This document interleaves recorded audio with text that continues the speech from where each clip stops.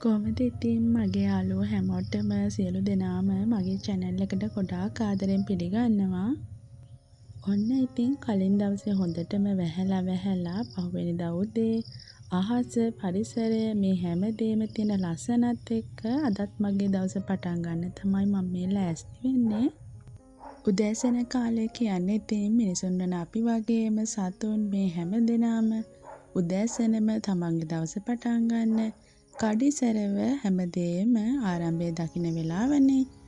ඉතින් අද දවසේදී මම මගේ ජීවිතේ ඒ වගේම ඔයාලට ගන්න පුළුවන් විදිහේ දේවල් ඒ වගේම මගේ අත්දැකීම් මම හිතන පතන දේවල් හැමදේම එකතු කරපු වීඩියෝ එකක් ඔයාලත් එක්ක ෂෙයා කරගන්න තමයි මේ ලෑස්ති වෙන්නේ. උදේම කරන්න තිබුණු වැඩවලින් ගොඩක්ම වගේ දැන් අවසන් කරලා තියෙන්නේ.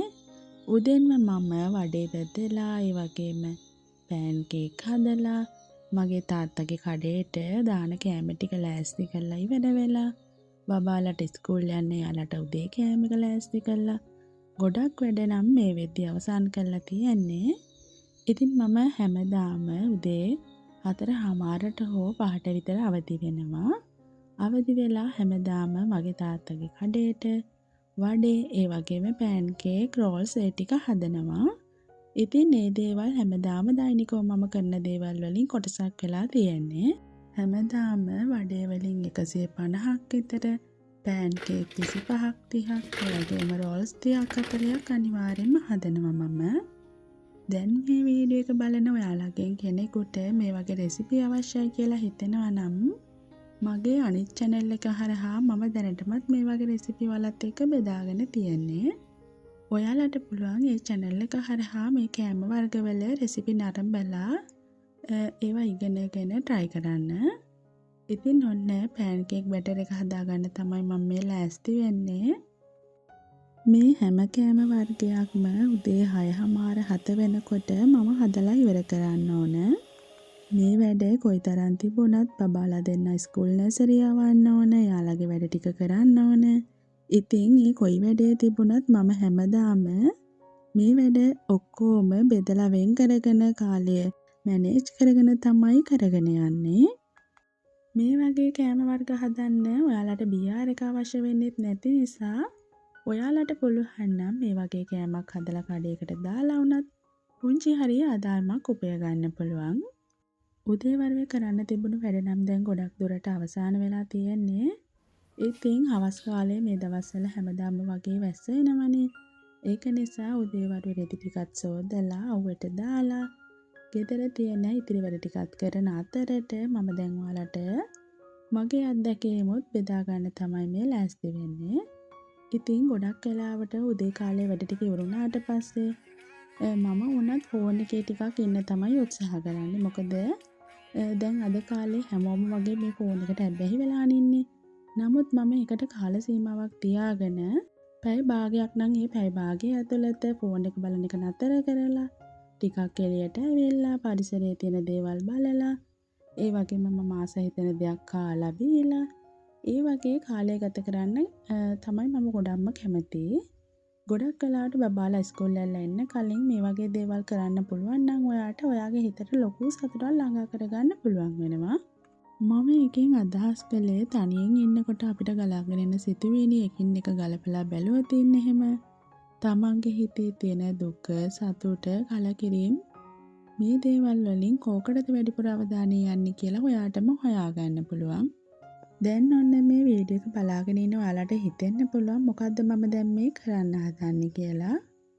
මම දැන් ඔයාලට මේ පෙන්වන්නේ තමන් කරන්න ඕන පුංචි බිස්නස් එක හරි ආස දේ හරි ඔයාගේ විනෝදාංශය හරි මොකක්ද කියලා හිතා ගන්න බැරිව ඉන්න කෙනෙකුට පුළුවන් මේ විදිහට තමන් ආස දේවල් මෙන්න මේ වගේ පුංචි පොතක් අරගෙන කාණ්ඩ වශයෙන් පහලට ලියා ගන්න. ඊට පස්සේ ඔයා ඒ කාණ්ඩ වලට අදාළව දැන් හිතන්නකෝ ආහාර ආශ්‍රිත ඔයා නිෂ්පාදනය කරන්න කැමති නම් විනෝදාංශයක් විදිහට කරන්න කැමති නම් ඒ දේවල් ඔන්ලයින් බිස්නස් ඒ වගේම ඔයාගේ ගෙදර පාරක අයින වගේ තියෙනවා නම් ඔයාට පුළුවන් පුංචි කඩයක් දාගන්න. ඒ දේවල් වලිනොත් ඔයාට වැඩිපුරම කරන්න පුළුවන් දේවල් වලට වෙනම මාක් එකක් මෙන්න මේ විදිහට දාගන්න. වැඩිපුරම කරන්න පුළුවන් දේවල් වලට වැඩිය මම හිතනවා එතනදී අපි අදහස් කරන්න ඕන වැඩිපුර ඔයා ආසාවෙන් කරන්න කැමති දේවල්. ඉතින් ඒ විදිහට වැඩිපුරම මම ආසාවෙන් කරන්න කැමති දේවල් වලට මම මෙන්න මේ විදිහට මාක් එකක් දාගන්නවා. මෙතනදී අපි ආසාවෙන් කරන දේවල් කියලා හිතුවට අපි බලන්න ඕන අපි ජීවත් වෙන පරිසරය තුළ අපි අවට ඉන්න අයට වැඩිපුරම අවශ්‍ය දේවල් වලින් දේවල් තෝරගෙන ඉදිරියට කරගෙන යන්න. ඒ කියන්නේ දැන් අපි හිතන්නකෝ බර්ත්ඩේ කේක්ස් හදන අය නිතර අපි අවට ඉන්න ප්‍රදේශයක අපි ඉන්නවා කියලා. එතකොට අපි බර්ත්ඩේ කේක්ම හදන්න තෝරගත්තොත් එහෙම කාලයක් තිස්සේ කරගෙන ආපු කෙනා වැඩිපුර ඉස්සරහට යන්න පුළුවන්. අපට ඒ දේ කරගෙන යන්න හැකියාවක් ලැබෙන්නේ නැති වෙන්න පුළුවන්. ඒක නිසා ඔයාවට ඔයාගේ ප්‍රදේශයේ ඉන්න අයට ගැළපෙන විදිහට එයාලගේ අවශ්‍යතා හඳුනගෙන මේ දේවල් කාණ්ඩ කරන්න. ඉතින් මම ඔන්න ඔය විදිහට මට පුළුවන් දේවල් සහ මම ආසාවෙන් කරන්න කැමති දේවල් අපේ ප්‍රදේශයේ ඉන්න අයට උචිත විදිහට මෙන්න මේ වගේ කාණ්ඩ කරගෙන ඒකෙන් මම වැඩිපුරම කරන්න කැමති දේවල් වලට මාක් එකක් දාගත්තා. ඒ විදිහට හිතලා විතරක් නිකම්ම ඉඳියම අපේ වැඩේ සාර්ථක වෙන්නේ නැහනේ. ඒක නිසා අපි අනිවාර්යයෙන්ම ක්‍රියාත්මක වෙන්න ඕන. අර කතාවක් තියෙනවනේ පීනන්න ඕන නම් වතුරට බහින්නම ඕන කියලා. ඉතින් ඔන්න ඔයාට පුළුවන් මෙන්න මේ විදිහට ගෙදර තියෙන ඔයා නිතර දෙවිලි පාවිච්චි කරන උපකරණ පුංචි දේවල් පාවිච්චි කරලා මේ දේවල් try කරන්න. ඉතින් ඔන්න මම වෙන වැඩකට උණු කරගත්ත පැණි ටිකක් තිබුණා. ඒ පැණි ටික පාවිච්චි කරලා හිතා ඉන්න කෙනෙකුට කොහොමද පුංචිවට පටන් ගන්න කියලා පෙන්වන්න තමයි මේ ලෑස්ති වෙන්නේ. ඉතින් මේ වැඩේට පුංචි වියදමක් දරන්න වෙනවා තමයි. ඒ කියන්නේ සීනි වලට ඒ වගේම බිත්තර ගෙඩි 3-4ක් අපිට අවශ්‍ය වෙනවා. ඒ අමුද්‍රව්‍ය ටික විතරක් අරගත්තාම ඔයාට පුළුවන් ගෙදර තියෙන මෙන්න මේ වගේ අඬු කෝප්ප කීපයක් පාවිච්චි කරලා මේක සාම්පල් එකක් විදියට හදලා ඔයාට පුළුවන්ද පදම වරදිනවද හරියටම රසට ආවද ඒ දේවල් අත්හදා බලන්න ඕන. මොකද අද හිතලා හෙට පටන් අරගෙන ගොඩ ගියපු කිසිම කෙනෙක් මේ ලෝකේ හොයාගන්න නැහැ. අනිවාර්යයෙන්ම කරන දේ උත්සාහවන්තව කරන්න සහ උත්සාහ කරලා ඒ දේවල් ක්‍රියාත්මක කරන්න. ඒ වගේම හරියන තැන් වරදින තැන් මේ වගේ අත්දැකීම් ලබා ගන්න. ඒ හැම දෙයක්ම අපේ ජීවිතයට එකතු වෙන්න ඕන. ඉතින් ඔන්න ගෑස් කුකර් අවශ්‍යත් නැහැ. දරලිපේ වුණත් ඔයාට පුළුවන්. මම මේ පෙන්වන විදිහට මේ දේවල් අත්හදා බලලා ඔයාට පුළුවන් ද බැරිද කියලා ඔයාටම ඔයාගේ අත්දැකීම් වලින් ඉගෙන ගන්න පුළුවන්. ඔයා දරලිපේ මේක try කරනවා නම් ලිපට හොඳට ගින්දර දාලා හොඳ උෂ්ණත්වයකින් මේක ස්ටීම් කරගන්න ඕන. ඔන්න බලන්නකෝ දරලිපේ හදාගත්ත වටලප්පන් ටිකේ ලස්සන.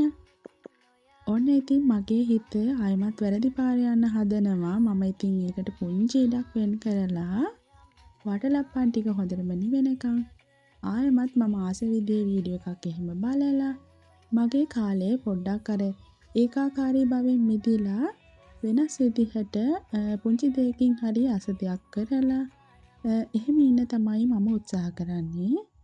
ඉතින් ඔන්න උදේවරුේ සහ දවල් කාලය තුල ගත කරපු විදිය සහ ගොඩක් වැඩ දැන් අවසానයි. හවස මම රැට කෑම ලෑස්ති කරාට පස්සේ අපේ දොලා දෙන්නට නෙළුම් කොලේ බත් කන්න ඕනේ කිව්වා. ඒ දෙන්නටත් බත් පාර්සල් දෙකක් ලෑස්ති කළා මම පැත්තකින් තියලා.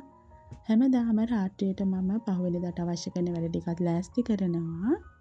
ඒ විදිහට පහුවදාට හදන පෑන් කේක් වලට පැණි පොල් එකත් මැල වෙන්න තියලා. ඔන්න ඉතින් අද දවසේ වැඩ ටික මම අවසන් කරන්න තමයි මේ ලෑස්ති වෙන්නේ. මෙච්චර වෙලා මාව බලාගෙන හිටපු ඔයාලා හැමෝටම ගොඩක් ආදරෙයි. ඒ වගේම ගොඩක් ස්තුතියි.